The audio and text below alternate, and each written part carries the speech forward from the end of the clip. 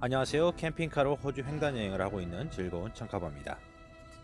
서부 호주 퍼스에서 차로 4시간 거리 300여 킬로 떨어진 맨지멈 시내 구경, 그러니까 한국인 기준에서는 면소재지 구경을 한번 해보시겠습니다. 2016년 인구조사에서 사는 사람은 9천여 명 정도고요. 2,500가족 정도가 나와 있습니다. 굉장히 작은 도시임에도 불구하고요. 호주 서남부에서는 꽤 중심적인 동네입니다. 유명한 것은 뭐 큰 나무, 그다음에 머드 오토바이, 뭐 사륜구동 트랙, 그다음에 트러플 그 비싼 버섯 있죠. 그리고 사과 농장 등이 유명한 편이고요. 보통 호주 시골 작은 동네는요 우체국하고 동네 호텔이 꼭 눈에 띕니다. 밥 먹기 애매할 때 혹은 꽤 괜찮은 펍 미리 먹고 싶을 때 가곤 하는데요. 가격은 꽤 비싼 편이고 시간도 점심시간 11시, 2시, 저녁시간 5시, 8시 이런 식으로 제한이 있어가지고 밥 먹는 것도 시간 맞춰서 가야 됩니다. 그리고 도시에는 맥도날드나 헝그리잭, KFC가 있다면 시골에는 주로 치킨 트리트라고 하는 호주 토종 브랜드가 있습니다. 맛은 뭐라 좀 설명하기가 애매한데 좀 가정식 샌드위치 맛이 납니다. 전에 한번 언급했듯이 완전 시골은 IGA가 있는데 맨지멈은 콜스 슈퍼마켓이 있습니다. 주변 시골 사람들이 쇼핑하러 여기로 온다는 소리죠. 그리고 호주 시골 동네에 반드시 있는 성당이나 교회입니다. 보통 초기 정착기에 지어져 가지고요. 그 동네에서는 가장 오래된 건물이죠. 그리고 요즘 시골 동네들이 시내 리모델링 하는 곳이 많이 보이는데요. 맨지멈도 몇 년 전부터 대대적인 공사를 하고 있습니다. 그 중에 하나인 스케이트 파크인데요. 부지는 지방정부가 제공했고, 그다음 웨스턴 파워라는 전기회사하고 복권회사가 스폰서를 했는데 시설은 매우 좋습니다. 그리고 불과 몇 달 전에 오픈한 캐러반이나 캠핑카 화장실을 비우는 곳입니다. 요거 사용법은 나중에 한번 영상으로 보여드리도록 할게요. 공중 화장실도 업그레이드했는데 무려 다이슨이네요. 수전하고 건조기가 함께 있는 최신형입니다. 맨지멈에 하나밖에 없는 유일한 중국 음식점입니다. 시골 동네마다 중국 음식점 없는 동네가 없습니다. 우리가 김치볶음밥도 있습니다만 맛은 뻘겋고 이상한 볶음밥입니다.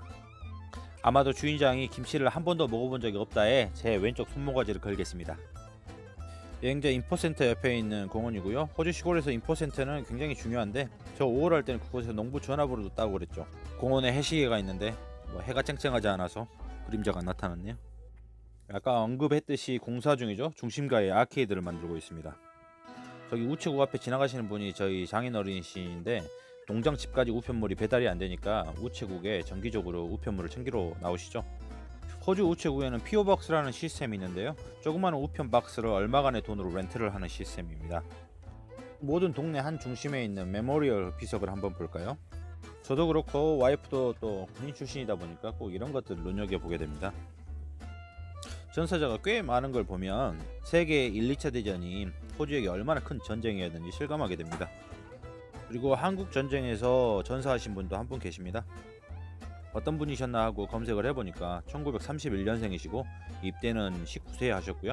1950년 9월에 입대하셔가지고 1951년 3월에 20세의 젊은 나이로 전사를 하셨습니다.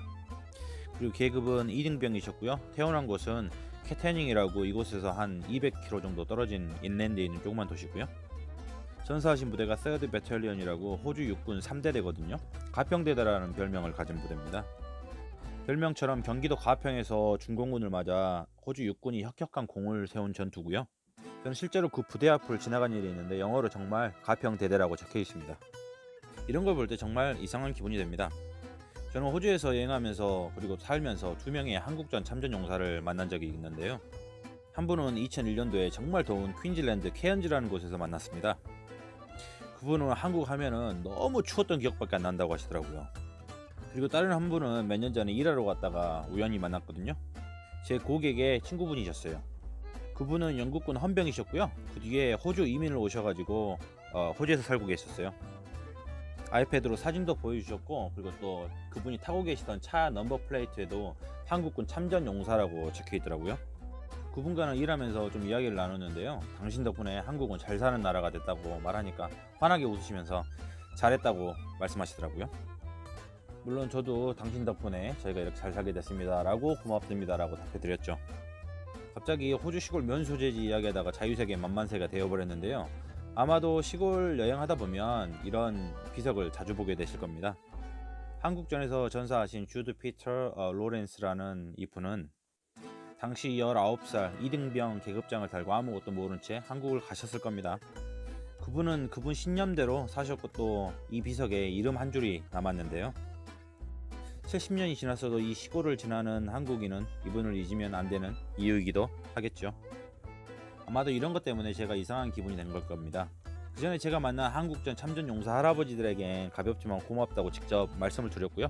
그분들은 환하게 웃으셨죠. 하지만 19살에 돌아가신 이분에게는 그 웃음을 보지 못해서 그런 게 아닐까 합니다. 네, 이번 영상은 여기까지고요. 이렇게나마 이분에게 이런 말씀을 드리고 싶네요. Thank you very much, Mr. Jude Peter Lawrence.